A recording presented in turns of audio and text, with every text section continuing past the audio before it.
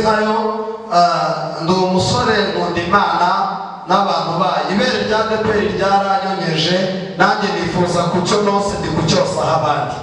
Nuko bihagaze rero. Amen. Rero dusoma ijambo ry'Imana dusanga mu gitabo cy'umuhanuzi witwa Ezekiyeli, ibice byaho ni 37. Turasoma duhereye ku murongo waho wa mbere, no tugiye gusoma umutwe w'amagambo aravuga ngo iyerekwa ry'amagufwa yumye. Iyo ni titire y'amagambo. Umurongo wa mbere uravuga ngo ukuboko k'Uwiteka kwangezeho, asohora ndi mu mwuka, aramanura ageza mu kibaya cyari cyuzuyemo amagufwa, azengurukana aho yari akikije hose, maze mbona ari menshi cyane muri icyo kibaya, kandi yari yarumye rwose. Dusimbuke tujye mu gitabo cya mbere cya Samweli 17, umurongo waho wa mbere dute tuganiraho muri iyo minota dufite, ubundi bisigaye twongere tuvuga gahunda yo kongera kubaho.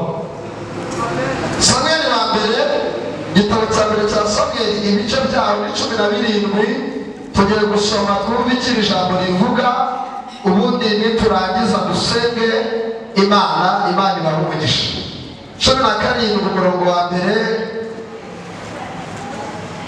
umutwe w'amagambo uravuga ngo Dawidi yica Goliyati. Umurongo wa mbere handitse ngo bukeye Abafilisitiya bateranye ingabo zabo kurwana, baziteraniriza isoko y'i Buyuda, bageza kuri Efesi-Damimu hagati y'isoko na Azeka. Sawuli n'Abisirayeli nabo baraterana bageza mu kibaya cya Era, birebamo inteko kurwana n'Abafilisitiya.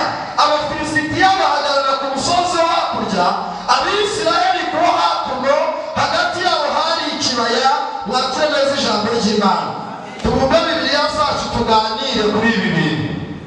Amen. Twahereye ku nkuru z'umugabo witwa Ezekiyeli. Imana imusanga iramubwira, imumanukana ari mu mwuka, imujyana mu kibaya cyari cyuzuyemo amagufwa. Imana ibwira Ezekiyeli, iramubwira ati Ezekiyeli, yewe mwana w'umuntu we, itegereze aya magufwa, uyitegereze. Ubwo ijambo Imana yabwajije Ezekiyeli, yaramubwira ati mbese mwana w'umuntu, aya magufwa yabasha gusubira kubaho? Haleluya. Ezekiyeli abwira Uwiteka, aravuga ati Uwiteka rero, ntabwo mbizi, ariko kuko ubivuze yakongera akabaho. Ni ku giterane gifite intego ivuga ngo jye rubeho. Haleluya. Noneho Ezekiyeli gakimara kubwira Uwiteka ayo magambo, ariko Imana yibwira Ezekiyeli ngo aramubwira ati genda uhanurire aya magufwa, uyabwire uti yemwe mwa magufwa yumye mwe, ngo nimwumve ijambo ry'Uwiteka. Uwiteka aravugana n'aya magufwa ngo agiye kubashyiraho inyama, abatereho imitsi, abatwikiriza uruhu, maze mwongere mubeho. Turi ku ntego ivuga ngo ngera ubeho. Haleluya. Nyuma yo kubohoka turongera tubeho. Nyuma y'ibi bintu bigiye gusobanuka, amavuta akimara kwicangura, akamara guhanurira aya magufwa, ibintu biri buhinduke, ibintu biri bwemere, haba mu ikaritsiye urimo, haba mu muryango uvukamo. Narindi gutangariza ubuzima bwawe, ubwira yuko abavuze ko utazabaho, Imana yohereje umuhanuzi twizeye Ezekiyeli, aje ku buzima bwawe, aje kugutangariza ko utagipfuye, gahunda yo kubaho. Haleluya. Noneho Bibiliya ivuga iki? Bibiliya ivuga Ezekiyeli ngakimara guhanura ngo haza kubaho guhinda, ng'isi yatigita. Bibiliya isobanura iki? Bibiliya ivuga ngo isi ikimara guhinda umushyitsi, ngo ya magufwa aho yari akikije hose, ngo igufwa rizikuka risanga iryaryo. Haleluya. Ndashaka kukubwira ibyawe byari byaratataniye mu kibazo. Yesu aje kubikurayo abisubize hamwe byongere bibeho. Ntabwo ndibuvuge byinshi cyane, ndi kukubwira ngo ibyawe byari byaratatanye, ariko Yesu Kristo umwami w'abami agiye kukoherereza inkuru nziza ivuye ku muhanuzi witwa Ezekiyeli. Azanye isakoshi irimo ibisubizo by'ibibazo byawe, aje kugutangariza baragukabitse muri kiriya kibaya, ubuzima bwe barabuhambyemo, bazi ko wapfuye, baranasinye, nari ndi kutopene sana sinema, nari ndi kukubwira ngo Yesu ahagurukije umuhanuzi muri iki giterane, aje kugutangariza inkuru ihumuriza ubuzima bwawe. Azanye inkuru izana insabe, azanye inkuru ibohora insabe. Shall we and the people be together? From the prophet shall we and the people be together? Nari ndikubwira ngo Yesu ahagurutse umuhanuzi, ahagurutse umuhanuzi yari yiteguye umukwe muri ba bahanuzi batanu b'abanyabwenge. Mwumvise Yesu ahagurutsemo umwe azana inkuru nziza mu buzima bwawe. Amen. Akimara guhanura ngaya magufa, nakimara guterana, reka mabwire asubire inyuma ho gato. Aya magufa ashushanya iki? Ni ubwoko bwa Isiraheli bwari bwaravuye mu byizerwa, wari umurinzi yarabivuyemo, wari umunyamasengesho yarabiparitse. Nawe tubiparika Yesu acyagufitiye icyizere. Haleluya. Imana ngo yanga guhana buriya bwoko barokore. Ntabwo Imana izaguhana, imiryango yaguhana, ariko ntabwo Imana izahana ubuzima bwawe, iracyagufiteho umugambi mwiza. Haleluya. Yesu agiye kugira ibintu asinyura, amasinya imiryango yasinye kutazikamira ntayimbwa. Ayo mituka ya kamere tuzakama yifirizo. Arasi yamara iki mama? Nta kintu yakumarira uretse Yesu wenyine agiye gushumbusha ibyawe byagiye, akakuzanira ibindi, kuko ugiye kongera kubaho. Waba hose nta Imana yaguha ko itazanye ibikunezeza. Imana ibaremere ibibanezeza muri aya masenga. Amen. Ezekiyeli ngo yuzuye umwuka w'Imana, nakimara kuzuza umwuka w'Imana ngahanurira ya magufa. Aravuga ati nimwumve ijambo ry'Imana. Uwiteka aravuze ngo agiye kubashyiraho imitsi, abashyiraho inyama, abatwikiriza uruhu, maze mwongere mubeho. Reka mubwire, hari ibyo Yesu umwana w'Imana agiye gutwikira. Zari byarabuze ishusho, bacuruzaga mu bitani b'ishusho. Imana ireme ishusho ku buzima bwacu. Amena. Haleluya. Imana iherutse kuremera ishusho umuntu yitwa Dawidi ari mu ishyamba, ihagurutsa umuhanuzi witwa Samwela, iramubwira tuzageza ryari kuririra Sawuli, yabafatira ihembe, uruzuza amavuta, ugende kwa Yesayi w'i Betelehemu. Hari umuhanuzi Imana igiye guhagurutsa, azanye ibisubizo by'ibibazo byawe. Hari umuhanuzi Imana irujije amahoro, azanye ibisubizo by'ibibazo ufite muri aya materaniro. Imana ihagurutsa umuntu n'ihagurutsa abantu. Ni umuntu Imana igiye guhagurutsa. Haleluya. Noneho Samweli akimara gufata rya hembe ajya kwa Yesayi w'i Betelehemu. Akimara kuhagera ngo abahungu ba Aminadabu bari babukereye, ngo na ba Shama bari babukereye. Imana imuha kondisiyo, barokore mbabwire, aya mavuta mushiki wacu yatuganirijeho, aya mavuta arahenze kuyabona, ntabwo ari ugupfa kuyabona. Aya mavuta, reka mbabwire, aya mavuta ikigusetsa, hari abayarwanira atari n'ayabo. Aya mavuta hari uri mu ishyamba witeguye gusukwaho aya mavuta. Aya mavuta hari urihanganiye ibibazo yiteguye gusukwaho aya mavuta. Aya mavuta hari urihanganiye inzara yiteguye gusukwaho aya mavuta. ihanganire mu gihe urimo kigiye kugusobanura.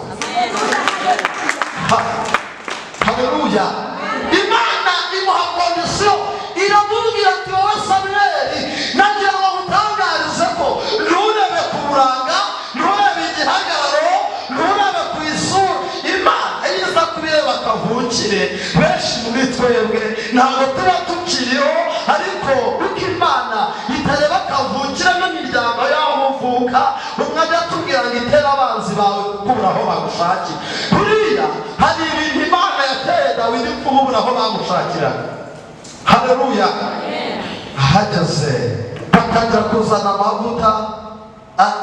Samweli abwira Yesayi, ati rero Yesayi, mu bahungu bawe mutambire Uwiteka ibitambo. Amwongorerera ku gicaniro, aramubwira ati harimo Uwimana yo kugira umwana. Yesayi yiceruka Aminadabu, yiceruka amapeta y'abahungu be. Nyamara hari umwe w'ikinyendaro yitwaga Dawidi. Uyu Dawidi mama we ubuzima bwaranze, amujyana kwa Yesayi kwa se wiwe. Mukase aramubwira ati ntabwo uyu mwana ntibishoboka ko yaragamo imigabane n'abana banjye. Wapi, uyu mwana n'uwundi mugore yavutse nk'uko wavutse, yagiriwe kugeza nk'uko twakigiriweho. Ariko Imana itabura uko ibigenza, igicisha inzira no mu kanwa k'abakwangaga akavamo ibintu bizima. Haleluya. Ubwo bamujyanaga mu ishyamba, gakimara kurigeramo ngo mukase yegera umugabo we, haramubwira ati rero mugabo wanjye, fata iyi nanga tuyihe umuhungu wawe, ijye imurangaza atazasinzira intama zikona. Nyuma y'ubutayu bakoherejemo, irabugukuramo ibusubizamo abandi. Nuko Imana ikora igihe urimo, iracugukuramo ikinjizamo abandi. Intebe wicayemo urayivaho iyicaza abandi. Kandi akimara gukurwa muri ubu butayu, turinjira mu bindi byiringiro. Ihangane igihe kigiye kugusobanura. Aya mavuta bari kurwanira hari abari kuyagurira. Amen. Haleluya. Ngo Dawidi ndakimara ngo kugera mu ishyamba, nyina akayikoramo akayumva umurya. Imana mu ijuru ikanezerwa. Imana ikimara kunezerwa iragenda ihagurutsa umuhanuzi, azana amavuta y'uyu mugabo witwa Dawidi. Amen. Haleluya. Tugiye gusenga. Aya mavuta Dawidi ubwo bayazanaga, ubwo bayasukaga kuri ba bandi mwumvise, ntiyazaga. Ariko wayakoreye Dawidi ahageze, mukuru wamusanze mu butayu, avuga ati mu rugo baragukeneye, ngwino. Yumva ni ibintu bitangaje. Mwakoze ubukwe ntimuntumire, mwakoze aniveriseri ntimwantumira, mwaradufandaganye ntimuntumire, uwo ni muntu uca unkeneye. Mbibutse Imana igiturebera twavuze tutanavuze. Haleluya. Ngo Dawidi garangije ati rero tugirane amasezerano, ntabwo nava hano intama zakona, kugira ngo mve hano mu butayu intama zitajya kona. Sigara ahangaha, nanjye ndagiye, nshobora no kutagaruka. Narindi kubabwira yuko igikombe cy'ibibazo wari ufite Imana igiye kukikwambura, igitereke mu biganza by'abakuburanyaga. Haleluya. Nagomba mbwira yuko iyi ntebe wari utizeho, Imana iguhagurutseho, nirangiza iyisubizeho abakurwanyaga, kuko Yesu agiye kugukura muri ubu butayu. Haleluya. Turi ku ntego y'igiterane ivuga ngo ongera ubeho, kandi muri uku kongera kubaho niko Imana igira ikuvana ikagira n'aho ikwinjiza, niko Imana igira inziboha ikagira n'inziboho. Amena. Tujye gusenga. Dawidi ahageze, amavuta basutse, ibintu biremera, ajya kurya ku nyama nk'abandi bakire bose, ajya kurya ku biryo by'abantu bakomeye, ahuriza ukuboko kumwe n'umwami ku isahane. Nagira ngo nkubwire ngaho amatangazo y'aho bamanitse bagusebya, ni naho ugiye gutabarirwa, ni naho ugiye gusubirizwa. Amatangazo bamanitse baguharabika, niho Yesu agiye kugutabarira. Ihanganira umwanya urimo, nyuma y'ubu buzima turinjira mu bundi buzima. Narindi kubabwira ngo Ezekiyeli akimara guhanura, hari abahanuzi batahishwe. Haleluya. Akimara guhanura, arangiza abwira ya magufa ibintu bigiye kwemera inyama, imitsi, amaraso, uruhu bigiye kukoroswaho. Yesu akimara kwitegereza imirambo Ezekiyeli aba ariyo yisanga mu mirambo. Bibiliya ivuga iki? Bibiliya iravuga ngo Imana ngo yongera kohereza umwuka kuri Ezekiyeli, iravuga ati hanurira iyo mirambo uyibwire ati yemwe mwa mirambo mwe ukuri k'Uwiteka avuze gaje kubashyiramo umwuka kugira ngo mwongere mubeho. Narindi gutangariza ubuzima bw'umuntu wese nkabwira ngo Imana igiye guhagurutsa umwuka yongere ibahumekeremo, ihumekere muri bizinesi zanyu, ihumekere mu biganza byanyu, mwongere mwakire, ihumekere mu miryango yanyu, ihumekere mu bana banyu. Imana yiteguye kuzura ibyari bimeze nk'imirambo ku buzima bwanyu. Haleluya. Gakimara guhanura umuyaga uturuka ngo mu birere bine by'isi, ikasikazi n'ikusi, umuyaga wirukira muri ya mirambo, ng'imirambo irongera iranyeganyega, ng'ibintu bitangira kwemera. Gakimara kunyeganyega ng'irongera ibaho. Najya musoze mbabwira ngo ongera ubeho, mwakire neza ijambo ry'Imana. Mana